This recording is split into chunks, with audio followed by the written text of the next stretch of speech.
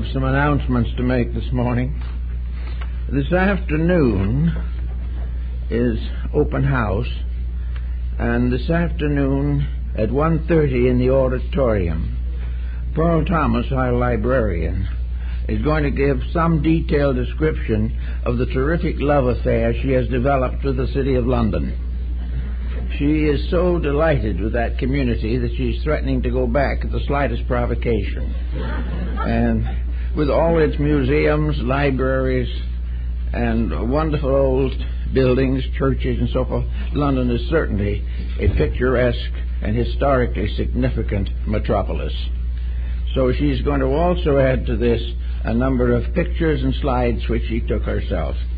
So you're all invited to be in the auditorium at 1:30 to see the story and hear about the things that are to be seen in London.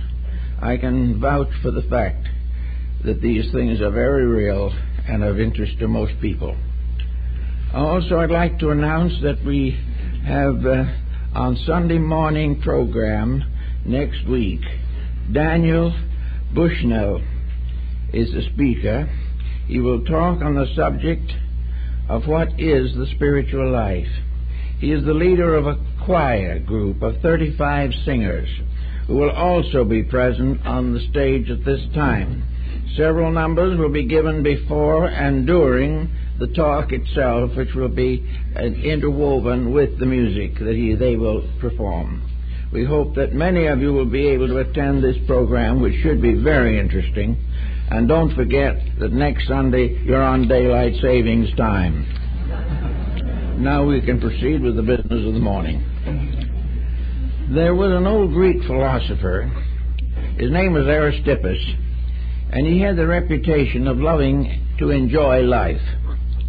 And one day he went on a long trip, and because he was traveling, he took his money box with him. And while he was on the ship, he overheard the crew discussing the probability of stealing the money and tossing him overboard somewhere during the trip. Well, this kind of annoyed Aristippus. So the next morning when the sun came up, the crew saw him sitting on the bowsprit of the boat, way out in front. And he had his money box with him, and he was picking out the coins one by one and dropping them into the ocean. And they said, "What are you doing?" He said, "I think it is better that the gold shall perish for Aristippus than that Aristippus shall perish for the gold."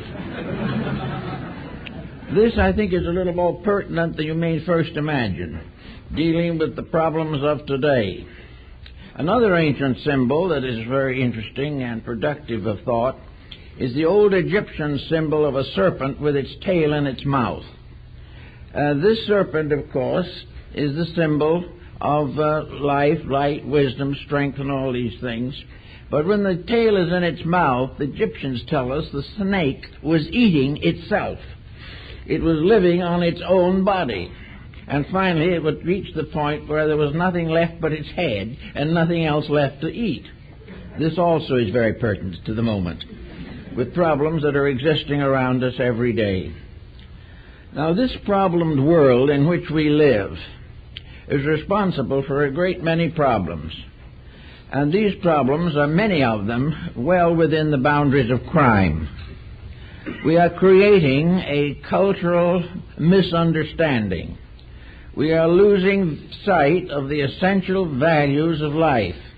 And in so doing, we are endangering the survival of our way of life. In order to enjoy the securities that are ours by intelligent effort, we must protect ourselves against the abuse of those values without which civilization must collapse. Today we have a number of serious difficulties on our hands, one of the most pressing being the problem of narcotics. This particular issue has a great many different aspects, and I want to try to cover a few of them this morning. The use of narcotics goes back a very long way into antiquity.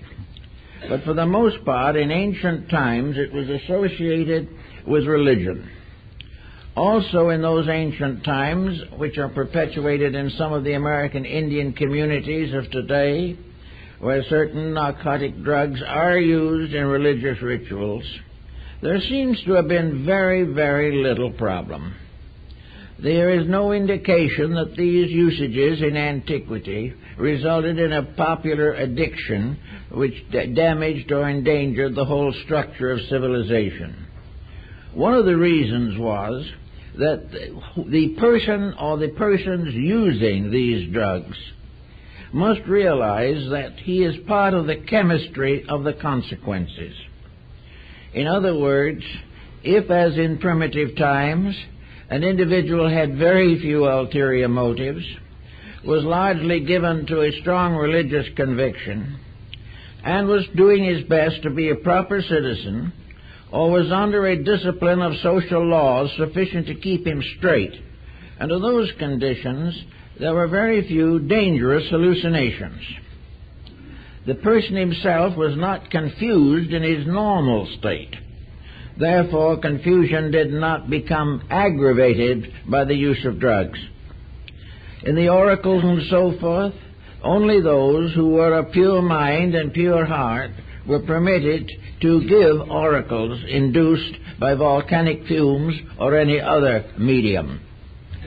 If an individual was corrupt, any use of that would stimulate the development of attitudes was considered to be dangerous and was prohibited.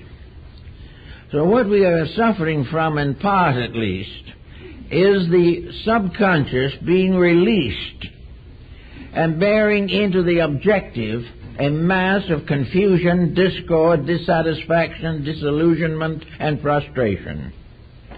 The moment this gate is opened, Pandora's box has the lid lifted, and out of it comes every kind of tension, stress, and misuse which has been chemically or alchemically caused within the person himself.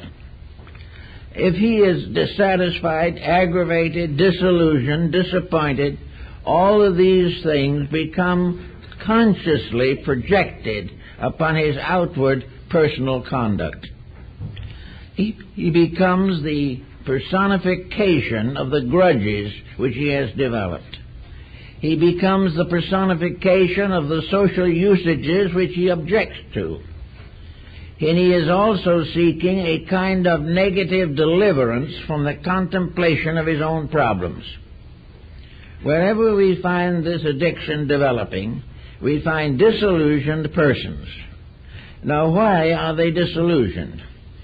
Well, many people believe that there are ways of being happy, and when these ways fail, this is a serious disillusionment. Among the disillusionments of today is that of wealth.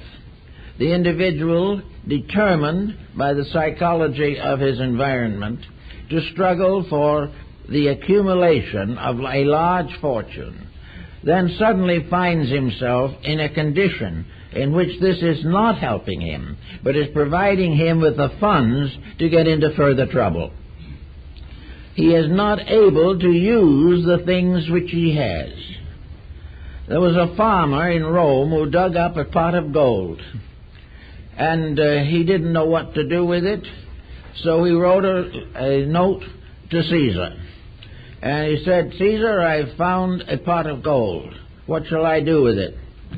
Caesar wrote back 2 words, "Use it." The man wrote back again to Caesar and said, "I don't know how to use it." Then this time Caesar wrote back 3 words, "Then abuse it." And this is exactly what happens in sober fact. When we don't know how to use what we have, we begin to use it mistakenly.